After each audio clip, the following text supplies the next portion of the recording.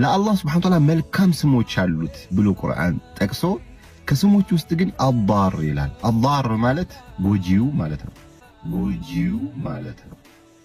አስቡት፣ ለአላህ ሱብሓነሁ ወተዓላ አንተ ጎጂው ሆይ፣ አንተ ጎጂው ሆይ እንዲህ አርግ ያስኬዳል? አያስኬድም። የሚያነሳቸው ነገራቶች በሙሉ ላልሰማ ሰው አዲስ ሊሆኑበት ይችላሉ እንጂ ከዚህ በፊት ከሱ በፊት እሱ እነዚህ ነገራቶች ከማንሳቱ በፊት ዑለማዎቹ እንዲህ አይነት ሹብሃ ያላቸውን ሰዎች በስነ ስርዓት በኪታቦቻቸው ላይ ጥሩ መልስን ሰጥተውባቸው ሄደዋል።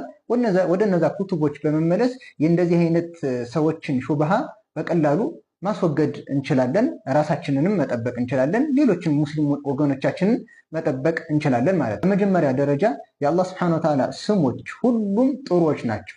ይሄኛው ጥሩ አይደለም ተብሎ የሚመለስ ምንም አይነት የአላህ Subhanahu Wa Ta'ala ስም የለም። ሁሉም የአላህ ስሞች ጥሩዎች ናቸው ከኛ አረዳድ ክፍተት የመጣ ነገር ካልሆነ በስተቀር። ምክንያቱም አላህ Subhanahu Wa Ta'ala በቁርአኑ ወሊላሂል አስማኡል ሁስና ፈድዑሁ ቢሃ ለአላህ መልካም ስሞች አሉት በእነሱ በመልካም ስሞቹ ለምኑት ይላል አላህ Subhanahu Wa Ta'ala። ሁሉም የአላህ መልካም ስሞች ናቸው። አንዳንድ የአላህ ስሞች ብቻቸውን መጠቀስ የሚችሉ የአላህ ስሞች አሉ። አንዳንዶቹ ስሞቹ ደግሞ በአንድ ላይ መጠቀስ ያለባቸው የአላህ ስሞች አሉ። ይህንን ባለመለየት የተነሳ ሁለቱ በአንድ ላይ መጠቀስ ያለባቸውን አንዱን ብቻ ነጥለን ስንናገረው ፈጥኖ ወደ አእምሯችን የሚመጣ ሌላ አይነት መልእክት የሚያስይዝ ነገር ሊኖር ይችላል። ለዚህም ሲባል እነዚህ አብሮ መጠቀስ ያለባቸው ስሞች በቁርአንም ይሁን በሐዲስ ላይ ከሷ ተቃራኒ ከሆነው ስም ጋር አብራ ተቆራኝታ ካልሆነ በስተቀር በጭራሽ አልመጣም። ይህ ሰው ግን ያመጣው ሹብሃ ምንድነው? አላህ ብቻውን ያልጠቀሰውን ስሙን ብቻውን ነጥሎ አምጥቶ እንዴት ይሄ ይሆናል? ያስኬዳል? አያስኬድም? እያለ ሙስሊሙ ላይ ተሽኪክ ለመፍጠር እየሞከረ ነው። አላህ ብቻቸውን ያልጠቀሳቸውን ነብዩ ብቻቸውን ያልጠቀሷቸውን ስሞች እሱ ነጥሎ አምጥቶ ነው ህዝቡን ለማደናገር የሚሞክረው። እሱ አሁን የጠቀሰው ስም ብቻውን የሚጠቀስ አይደለም። አንዳንድ ሰለፎችስ ምን እንዳሉ እንመለከታለን። ለምንድነው ብዙ ጊዜ ሰለፎች የምንለው ካለ ነብዩ ሰለላሁ ዐለይሂ ወሰለም በበላጭነት የመሰከሩላቸው ታላቅ ክፍለ ዘመናት ከየትኛውም ዘመን ለኸይር ነገር በላጭ ሆኑ ቁርአንና ሐዲስን በመገንዘብ በላጭ የሆኑ ለውድድር የማይቀርቡት ክፍለ ዘመኖች ስለሆኑ እነሱ በተረዱበት አረዳድ ስንረዳ ትክክለኛ መፍትሄን እናገኛለን። ለዚህ ነው ቢፈህሚ ሰለፊ ሷሊህ የምንለው። ሰለፍ ሷሊሆች ቀደምት ደጋግ ሰለፎች እነሱ በተረዱበት እንረዳው የምንለው ለዚህ ነው። አንድ ላይ የመጡ ተቆራኝተው የመጡ የአላህ ስሞች ተፍሪቅ ማድረግ አይገባም። መለየት የለብንም። ተቆራኝተው የመጡ ስሞችን እንደ ተቆራኙ መጥቀስ አለብን። ለምን? ትክክለኛ የተሟላ ማዕናውን የምናገኘው በአንድ ላይ ስንጠቅሳቸው ነው። አልቃቢዱል ባሲጥ ወልኻፊዱር ራፊዕ በአንድ ላይ ተጣምረው ትክክለኛ ማዕና መስጠት የሚችሉትን የአላህን ስሞች ብቻውን ለይተን ይህ ሰው እንዳደረገው አዳር እንዳለው እኛም አልቃቢድ ካልን ምን ይሆናል ማለት ነው? የተሳሳተ ነገር ወደ አእምሯችን ይመጣብናል። አላህ ሪዝቅን አጥባቢ ነው፣ በቃ ሌላ ነገር የለም ማለት ነው። ሪዝቅን የሚያጠባውም ባሲጥም እሱ ነው፣ የሚዘረጋውም እሱ ነው። ሁሉም በሱ እጅ ነው ማለት ነው የሚልን ትክክለኛ አረዳድን እንረዳለን ማለት ነው። ልክ ይህ ሰውም እንዳነሳው አዳር የሚለው ከተነሳ ምን መነሳት አለበት? አናፊዕ የሚለው አብሮ መቆራኘት የተቆራኙ ስሞች ስለሆኑ እነዚህ መነሳት አለበት። አዳር ጎጂው ካልክ ሌላ ነገር አመጣ አይደለ? ይህንን ነው የፈለገው እሱ። ነገር ግን አናፊዕ ጠቃሚው እሱ ነው፣ ጎጂው እሱ ነው። ሁሉም ነገር በሱ እጅ ነው ማለት የአላህን ቁድራ ሰውየው ይረዳል። ሁለቱን አቆራይቶ ሲረዳቸው ማለት ነው። አልኻፊድ አራፊዕ ዝቅ አድራጊው እሱ ነው፣ ከፍ አድራጊውም እሱ ነው። እነዚህም ሁለት ተቆራኝተው የሚጠቀሱ ስሞች ናቸው። አንዱን ከአንዱ መለየት አይቻልም ይላሉ ዑለሞች። ይህንን ባለመረዳት የመጣ ችግር ነው። አሁንም ይህ ሰው እንዳደረገው አዳር ጎጂው ብሎ ለይቶ እንዳመጣው አናፊዕ ጠቃሚ የሚለውን ትቶ አዳር የሚለውን እንዳመጣው ሁሉ አልኻፊድ ዝቅ አድራጊው እሱ ነው ካልን አራፊዕ የሚለውን ስሙን ከተው ነው አሁንም ይህ ሰው እንዳመጣው አይነት የተሳሳተ አይነት ፈህም ይመጣብናል ማለት ነው። አረዳድ የተሳሳተ አረዳድ ይመጣል። ዝቅ አድራጊ ነው በቃ ሌላ የሆነ ጎዶሎ ነገር ያመጣብናል አይደለ?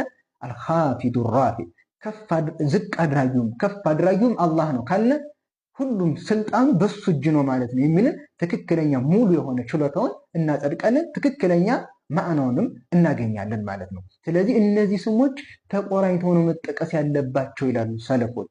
ባለ አቡ ኢስሐቅ ኢብራሂም አልሰሪጅ አዘጃጅ ምን ይላሉ? 311 ላይ ያለፉ ታላቅ ሰለፍ ናቸው። ፊ ተፍሲሪሂ ሊልአስማኢል ሁስና የአላህ Subhanahu Wa Ta'ala መልካም ስሞችን ተፍሲር በሚያብራሩበት ጊዜ ምናሉ አልቃቢዱል ባሲጥ አልአደቡ ፊ ሃዘይን ልእስመይኒ በእነዚህ ሁለት ስሞች ላይ አደቡ ስርዓቱ አዩዝከራ ማዕን አብረው ሊጠቀሱ ነው አሉ።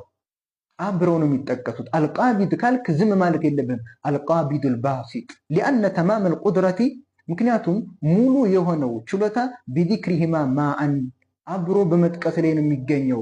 ለምሳሌ አንተ አትመለከትምን? ቀብዱ አምሪ ወበስጡሁ ካልክ ላ ቢመጅሙዕሂማ ሁለቱ ቀብድና በስጥ አብረ ስትጠቅስ ለማለት የፈለግከው ሁሉም ጉዳይ በሱ ነው ማለት ነው የሚልን ሰውየው ይረዳል ማለት ነው። ስለዚህ እነዚህ አብረው መጠቀስ ያለባቸው የአላህ ስሞች ናቸው ይላሉ። ተፍሲሩል አስማኢል ሁስና የሚል ኪታብ አላቸው አዘጃጅ፣ እዛ ላይ ይህንን ጠቅሰዋል። ስለዚህ ሰለፎች በዚህ አይነት መልኩ መለየት የሌለባቸው ስሞች ያሉትን ለብቻቸው ለይቶ እያመጣ በሙስሊሙ ላይ ተሽኪክን ጥርጣሬን ለመፍጠር የሚጥረውን ወገናችንን ይህንን የሰለፎችን አረዳድ ተከትለህ ተጓዝ ነው የምንለው ማለት ነው። ስለዚህ አላህ ሱብሓነሁ ወተዓላ ቁርአኑ ላይ በዚህ አይነት መልኩ አብሮ ነው የሚጠቅሳቸው። ለምሳሌ ሱረቱል በቀራ ላይ ስንመለከት ወላሁ የቅቢዱ ወየብሱጥ ወኢለይህ ቱርጀዑን አላህ ነው የሚጨብጠው፣ ሲሳይን የሚጨብጠውም የሚዘረጋውም አላህ ነው፣ ወደሱም ነው የምትመለሱት ሲል አላህ ሱብሓነሁ ወተዓላ ሁሉም ጉዳዩ የሰው ልጅ ሪዝቅ አንዱን ደሃ ማድረግ አንዱን ሀብታም ማድረግ የአላህ ነው፣ ለፈተና ሁሉንም እሱ ነው የሚሰጠው የሚነፍገው የሚልን ሙሉ ችሎታውን ያስረዳናል። አላህም እንደጠቀሰልና ቀብድና በስጥን አብሮን የጠቀሳቸው። አልኸጣቢ አዳርና ናፊዕ በሚለው የአላህ ስም ላይ ሸእኑ ዱዓ በሚለው ኪታባቸው ላይ ምን ይላሉ?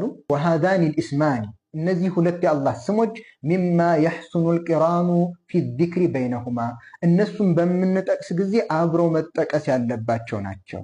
አዳርና ናፊዕ አብረው መጠቀስ ያለባቸው የአላህ ስሞች ናቸው። ሁለቱን መለየት አይቻልም። ምክንያቱም ሁለቱም መጠቀስ ያለበት ለምንድን ነው? አንዱን ብቻ ከለየ ነው የተሳሳተ አይነት አረዳድን ስለሚያመጣ። ሊአነ ፊ ኢጅቲማዒሂማ ወስፈን ለሁ ቢልቁድረቲ አላህም በችሎታ ላይ መግለጽ አለበት። በምን አይነት ችሎታ ላይ? አላ ነፍዒ መንሻአ የፈለገውን በመጥቀም ወዱሪ መንሻአ የፈለገውን በመጉዳት የፈለገውን በመጥቀም ላይ በሙሉ ችሎታው ላይ መግለጽ አለበት በአንድ ላይ ሲጠቀስ። ስለዚህ እነዚህ ሁለት የአላህ ስሞች አብረው ነው መጠቀስ ያለባቸው፣ አንዱ ካንዱ አይለይም።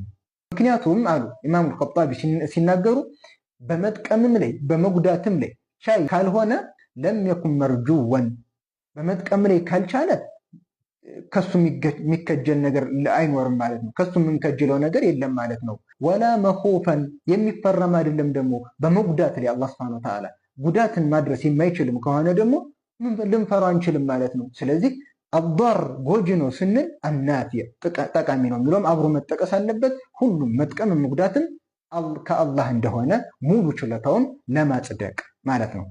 ብቻቸውን ልንጠቅሳቸው የምንችላቸው የአላህ ስሞች አሉ። ለምሳሌ አሰሚዕ፣ አልበሲር፣ አልዓዚዝ፣ አልሐኪም እነዚህ ብቻቸውን መጥቀስ ይቻላል። ኢማም ኢብኑል ቀይምም የአላህ ሱብሓነሁ ወተዓላ ስሞችን በተመለከተ እንደዚህ አይነት የአላህ ሱብሓነሁ ወተዓላ ሙዝደዊጅ የሆኑ በአንድ ላይ ተጣምረው የመጡ የአላህን ስሞችን በተመለከተ ብቻቸው አንዱን ነጥሎ አንዱን ብቻውን መጥቀስ እንደማይቻል በቁርጥ እንደማይቻል በደንብ ገልጸዋል። በዳኢኡል ፈዋኢድ በተባለ ኪታባቸው ላይ ሙጀለድ 1 ገጽ 167 ላይ ኢማም ኢብኑል ቀይም ብቻቸውን መጠቀስ የሚችሉ የአላህን ስሞችን ከዘረዘሩ በኋላ ምን ይላሉ? ወሚንሃ ላ ዩጥለቁ አለይህ ቢሙፍረዲህ ብቻውን ደግሞ መጠቀስ የማይችል ደግሞ የአላህ ስሞች አሉ አሉ። በል መቅሩነን ቢሙቃቢሊህ የእሱ ተቃራኒ በሆነው አብሮ ቢሆን እንጂ ብቻውን መጠቀስ ደግሞ የማይችሉ የአላህ ስሞች አሉ፣ ብቻቸው መጠቀስ የሌለባቸው አሉ። ለምሳሌ ሲጠቅሱ ምን አሉ? አልማኒዕ፣ አዳር፣ አልሙንተቂም።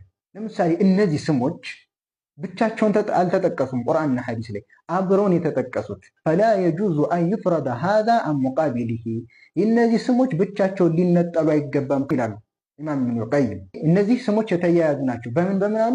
ቢልሙዕጢ ወናፊዕ ወልዓፉ በሚሉት የተያያዙ ናቸው። አዳር የሚለው አናፊዕ ከሚለው ጋር የተያያዘ ነው። ማኒዕ የሚለው ደግሞ ሙዕጢ ከሚለው ጋር የተያያዘ ነው። ሙንተቂም የሚለው ደግሞ ዓፉ ከሚለው ጋር የተያያዘ ነው። ስለዚህ አብሮ መጠቀስ ያለባቸው የአላህ ስሞች ናቸው።